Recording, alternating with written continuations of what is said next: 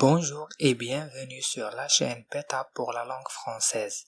Dans la vidéo d'aujourd'hui, je vais vous faire découvrir un type de phrase. Il s'agit de la phrase impérative. Mais avant de commencer, je vous invite à vous abonner à ma chaîne YouTube en appuyant sur le bouton s'abonner. Pour commencer notre leçon, prenez l'exemple suivant. Écoute bien ton père. Comme vous le voyez, dans cet exemple, la phrase donne un conseil. Il se termine par un point simple. Le verbe utilisé dans cette phrase est conjugué à l'impératif. Donc, la phrase qui sert à donner un conseil et qui se termine par un point simple et qui inclut un verbe conjugué à l'impératif, on peut l'appeler une phrase impérative. Deuxième exemple. Arrête de jouer au ballon dans la cour. Cette fois-ci, la phrase exprime une interdiction. Elle se termine par un point d'exclamation. Le verbe utilisé dans cette phrase est conjugué à l'impératif. Donc, la phrase qui sert à exprimer une interdiction et qui se termine par un point d'exclamation et qui inclut un verbe conjugué à l'impératif, on peut l'appeler aussi la phrase impérative. Dernier exemple. Viens ici tout de suite. Dans cet exemple, la phrase donne un ordre.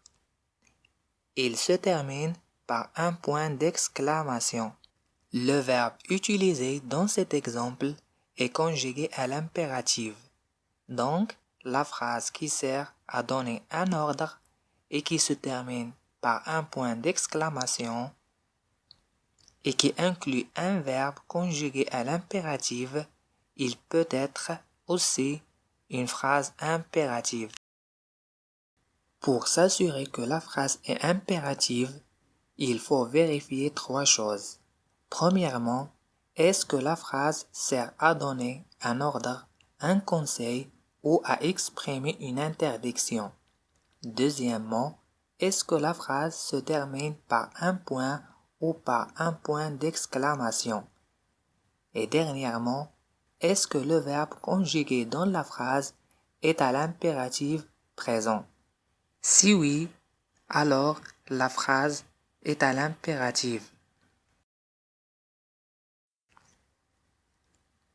Le verbe d'une phrase impérative peut être conjugué à trois personnes. À la deuxième personne du singulier qui correspond à tu, comme par exemple « révise bien tes leçons » ou à la première personne du pluriel qui correspond à nous, comme par exemple « faisons ce que dit l'enseignant » ou bien à la deuxième personne du pluriel qui correspond à vous, comme par exemple « écoutez le dialogue jusqu'au bout ». En conclusion, la phrase impérative utilisée pour donner un ordre, un conseil ou pour interdire quelque chose. La phrase impérative se termine par un point ou par un point d'exclamation. Elle est construite autour d'un verbe à l'impératif, donc on n'y trouve pas de sujet. Et il n'y a que trois personnes possibles pour la conjugaison. Tu, nous et vous. Voilà pour ce qui concerne la phrase impérative. Je vous invite à regarder les autres vidéos proposées par la chaîne Beta pour la langue française sur les types de phrases. Je vous laisse maintenant et à la prochaine vidéo. Au revoir.